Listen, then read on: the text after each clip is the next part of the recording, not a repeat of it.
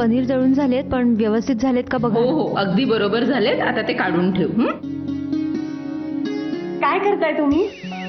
मंदा मामी जेवण बनवतोय आणि आज अनय खूप दिवसांनी साईटवर चाललाय ना, म्हणून त्याच्यासाठी पालक पनीर करते. अय्या हो, मग मला पण काहीतरी करायला द्या ना, मी तुम्हाला मदत करते ना. नको, आम्ही दोघे आहोत ना, आम्ही करू. असं कसं? मी किती दिवसांनी किचन मध्ये आले, मी पण काहीतरी आणायसाठी करते ना, द्या ना. हो हो, हे घ्या. कोशिंबीर करायची, तुम्ही टोमॅटो कापून ठेवा. हा चालेल. घ्या. तिथे बसू? हो, आरामात बसून करा.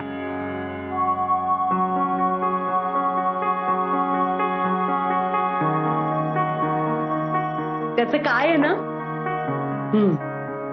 मी पण माझ्या आहो साहेबांसाठी असं छान छान जेवण बनवते. त्यांना ते इतकं आवडतं ना की ते नुसते असं ताटाकडे बघतच राहतात. फक्त बघत बसतात, खात नाही? नाही, खातात ना, पण माझ्या समोर नाही खात. मी खोलीच्या बाहेर गेले ना की सगळं ताट संपून टाकतात. त्या दिवशी नाही का, परातभर लाडू अगदी 3 मिनिटात संपून टाकले. अच्छा, म्हणजे वाड्याच्या मागच्या बाजूला मायाला जो लाडवांचा ढीग मिळाला ना, तो ह्यांच्या खिडकीतून पडला होता.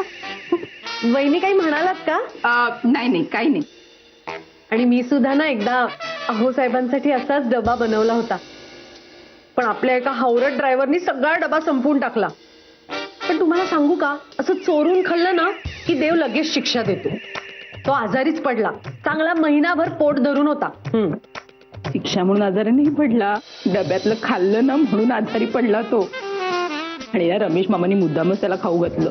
काय कानात बोलताय तुम्ही सारखं? काय नाही मंदा मामी, तिला म्हटलं मीठ कमी घाल. मोठ्याने बोलले असते तर दसकून जास्त पडलं असतं ना, म्हणून तिला कानात सांगितलं मी. बरं बरं, पण रेवा सावध राहा ग बाई, नाहीतर तू एवढा आणण्यासाठी डबा देशील आणि कोणीतरी भलताच तो डबा खाऊन टाकेल. तुम्ही काळजी नका करू मंदा मामी, अनयला रेवाच्या हातचं जेवण खूप आवडतं, त्यामुळे तो कोणाबरोबर शेअरच करणार नाही. पण तरी कोणीतरी तिकडे असेल आणि त्यांना डबा खावासा वाटला आणायचा तर? मंदा मामी, मी खूप सारं जेवण पाठवते त्याच्यासोबत, त्यामुळे तिथे कोणी असलं आणि त्याला शेअर करावा लागला ना डबा, तरी कमी नाही पडणार. बघ बाई रेवा, नाही म्हणजे हे डब्यापुरतच मर्यादित राहू द्या, नाहीतर उद्या तुला अशी एखादी गोष्ट शेअर करायला लागायची जी शेअर करण्याचा विचारही तुझ्या मनात आला नसेल कधी. छी, बघ सत्य आहे.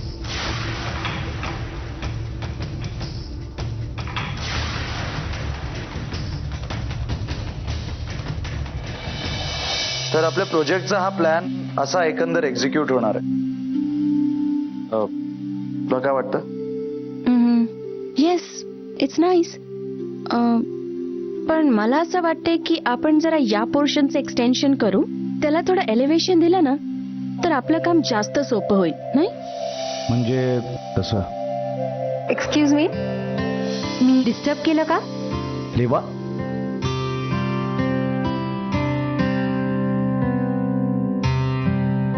मला माहितीये तुमचं काम थांबलंय, पण जेवणाची वेळ झालीये. तू डबा करून आणलायस? हो, तू काल स्वप्न दाखवलंयस ना मला, की बायकोचं प्रेम नवऱ्यापर्यंत कसं पोचतं असं. वा, आता काम नंतर, आधी डबा. Anay, oh I am sorry, actually Anay काही काही गोष्टी विसरूनच जातो. मीच स्वतःची ओळख करून देते. मी रेवा, रेवा अनय सरनोबत. ओ, म्हणजे अनयची बायको. ओके, मी अवनी सरदेसाई. आजच जॉईन झालीयस ना? तुम्हाला कसं कळलं? अगं, तिनेच तर तुझा बायोडेटा बघून तुला सिलेक्ट करण्याचा वशिला लावलाय. तू तिचीच फाइंड आहेस. ओ, थँक्स. ए, थँक्स कशाला? No formalities please. आणि मला आहो जाओ करू नकोस. म्हणजे जरी मी अनयची बायको असले तरी तुझी बॉस नाहीये. बरं, चला जेवून घेऊया. बघू तरी तुला माझ्या हातची चव आवडतीये का? नाही, मी माझा डबा आणलाय, प्लीज. बघ, तिने आणलाय टिफिन. अगं पण चव तरी घे. अगं पण रेवा, ती सांगते ना, तिने आणलाय tiffin. Anay, I am sorry Avani, म्हणजे मी केलेला डबा अनय जनरली कोणाबरोबर शेअर नाही करत, पण तू नको मनावर घेऊस हा. चला जेवूया.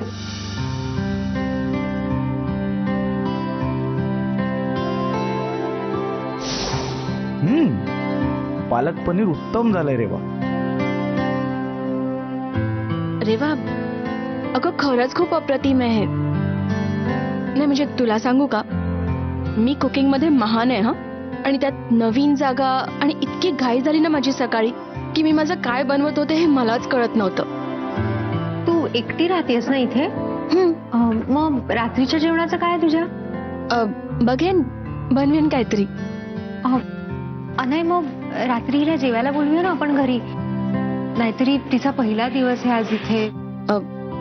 नाही नको, उगाच तुम्हाला त्रास कशाला. नाही अगं त्रास काय यात? नाही सांग ना. अगं हो, खरंच आहे. त्यानिमित्ताने आमचा वाडाही बघशील. आणि आज आयत्या वेळेला शक्कल लढवून आमचं नुकसान वाचवणारी ही नवीन मुलगी आहे तरी कोण, हे पण वाड्यातले सगळे बघतील. अच्छा, असं काय केलंय अवनीनी? अगं रेवा, तुला सांगतो आज काय झालं माहितीये.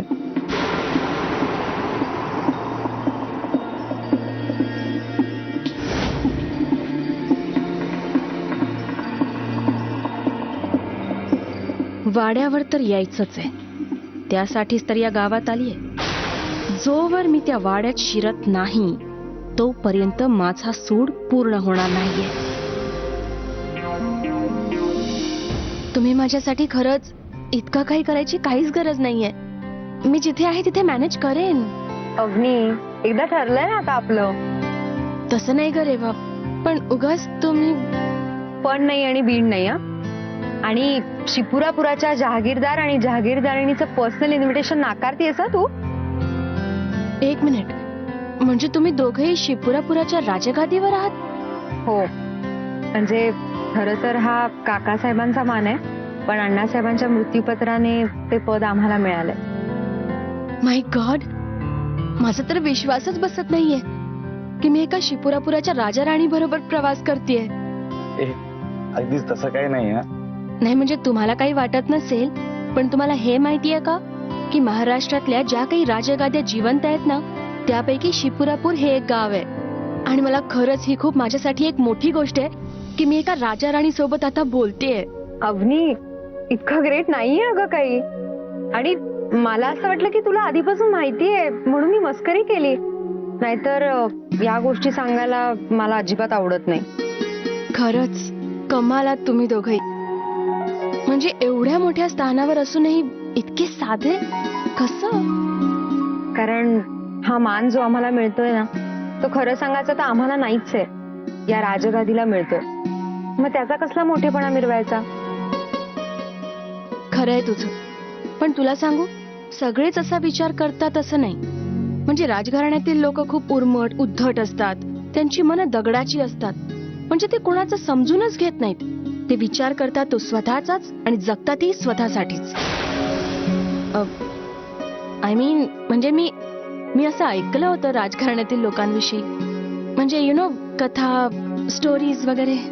हो, मी घाबरलोच. मला वाटलं तू स्वतःच्याच अनुभवाचे बोल ऐकवतेस की काय. नाही रे, अरे मी तुला म्हटलं ना मगाशी, माझा तर हा पहिलाच अनुभव आहे असा एखाद्या राजवाड्यातील लोकांशी बोलण्याचा. बरंय, नाहीतर उगाच कुणाचा तरी जुना राग आमच्यावर काढला असतास चुकून.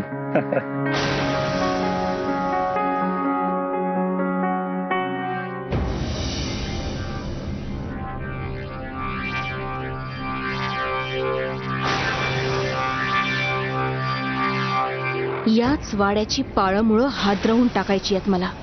राजघराण्याच्या कटू आठवणीच नाही, तर काही कटू भोग आणि त्याचे कलंक आयुष्यभर घेऊन फिरले मी. पण त्या प्रत्येक गोष्टीचा मी सूड घेतल्याशिवाय राहणार नाही. या वाड्यात इतक्या लवकर पाय पडेल असं वाटलं नव्हतं. पण कदाचित या वाड्याचा अंतच जवळ आलाय, म्हणून सारं मला हवं तसंच घडतंय.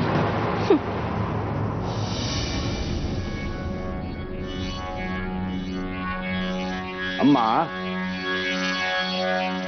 अम्मा. काय झालं गुंडप्पा?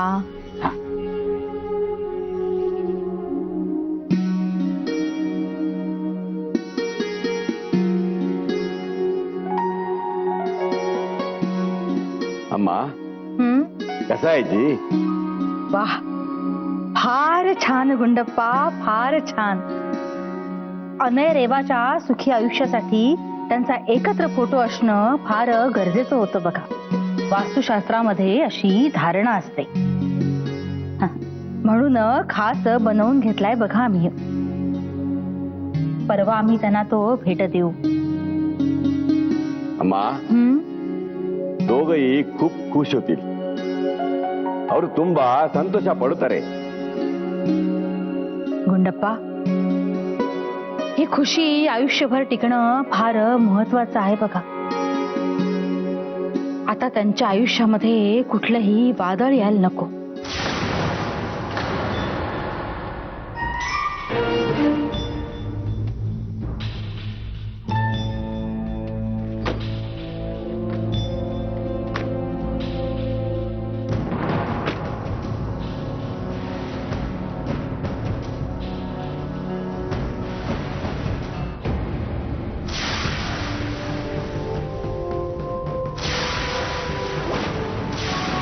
हे घ्या गुंडप्पा.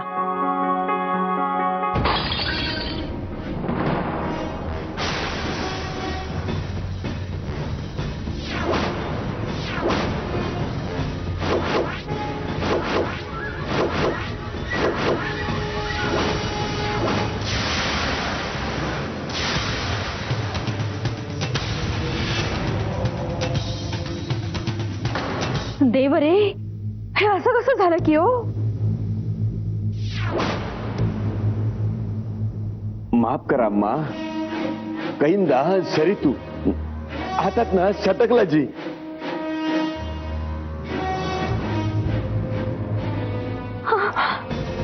अरे वा, अपशकून.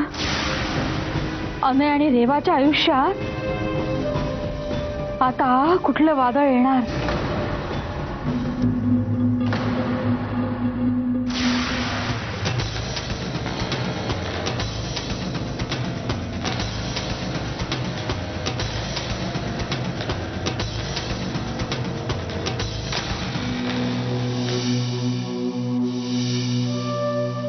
वाव, कसला सुंदर वाडा आहे तुमचा.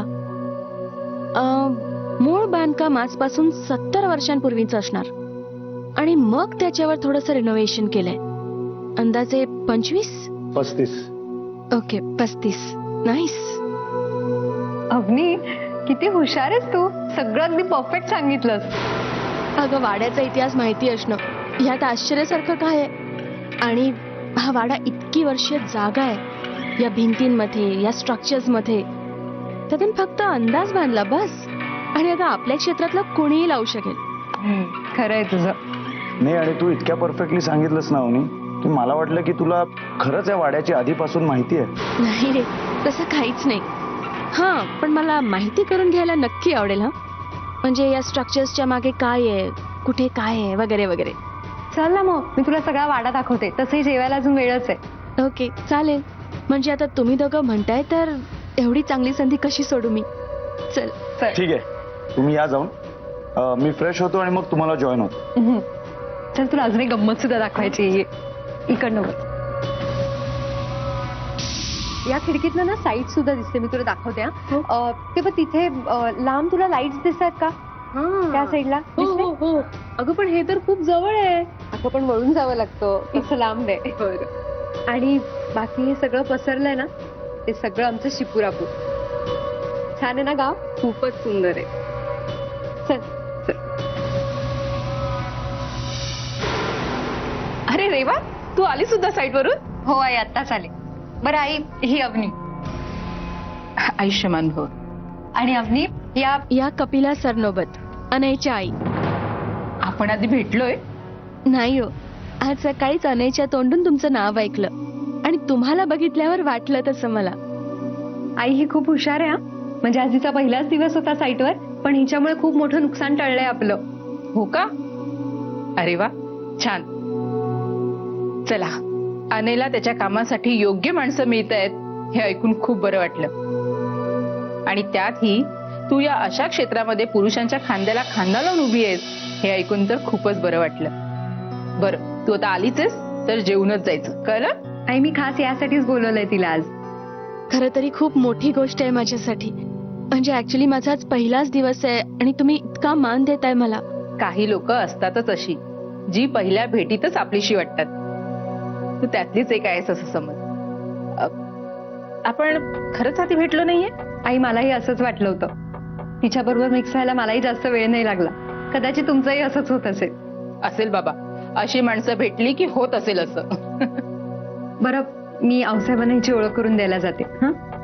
हो, या तुम्ही, मी आहेच खाली. हो, चल.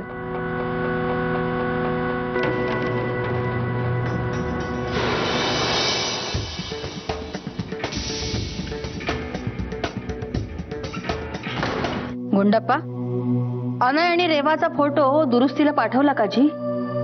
जी अम्मा, हौदू. आज दारावर पहाऱ्याला कोण आहे? जी महादेव इದ್ದಾನೆ. महादेव आहे जी. गुंडप्पा, आज आम्हाला खूप अस्वस्थ वाटतंय बघा. काही गडबड व्हायला नको याची काळजी घ्यायला हवी. आऊसाहेब, मी भेटवायला घेऊन आले.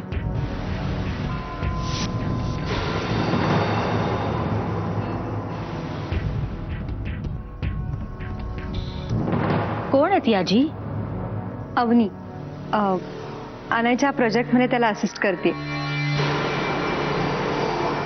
असू दे असू दे, सुखी राहा. आऊसाहेब, ही सुद्धा एक आर्किटेक्ट आहे आणि साईटवर ना साईटवर मशिनरीचा प्रॉब्लेम झाला, तो यांनी अगदी हुशारीने सोडवला. हे माहितीये जी आम्हाला. पण तुम्हाला कसं कळलं? नाही म्हणजे तिथे इतका गोंधळ होता की बाहेर कोणालाच सांगितलं नव्हतं. अरे वा, तुम्हाला आता या गोष्टींची सवय व्हायला पाहिजे जी. कोण काय करतं, कोण कुठे जातं. रात्रीच्या अंधारात आमच्या दारापर्यंत येऊन या वाड्याला बाहेरून कोण पाहून जातं. काय अवनी, काल रात्रीच्या अंधारात गेटच्या बाहेरून पाहिलेला वाडा आणि आता आतमधून पाहिलेला वाडा, यात तुम्हाला काय फरक जाणवला जी?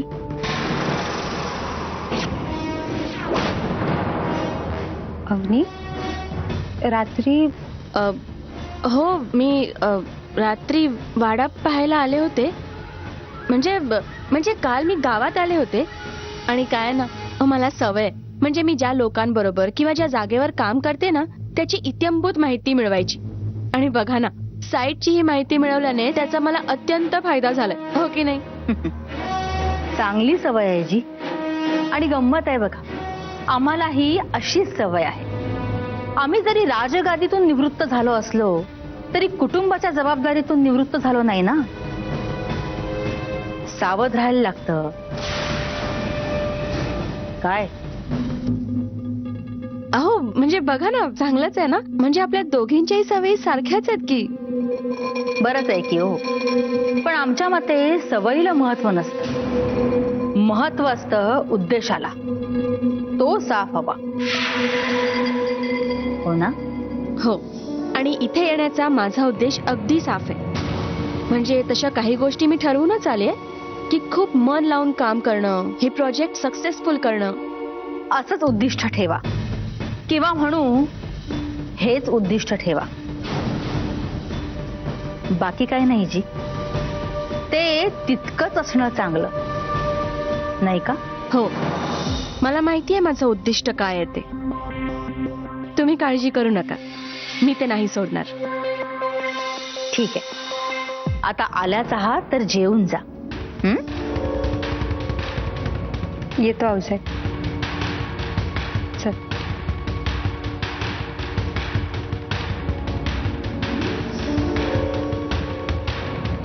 ಅಮ್ಮ ಎಷ್ಟು ಚೆನ್ನಾಗಿದ್ದಾಳೆ ಹುಡುಗಿ. चांगली पोरगी आहे ना जी. गुंडप्पा, ही मुलगी चांगली आहे का वाईट हे इतक्यातच सांगता येणार नाही बघा. पण ही जितकी जमिनीच्या वर दिसते तितकीच जमिनीच्या खाली आहे. त्यामुळे एवढ्यातच तिच्याबद्दल मत बनवणं योग्य होणार नाही.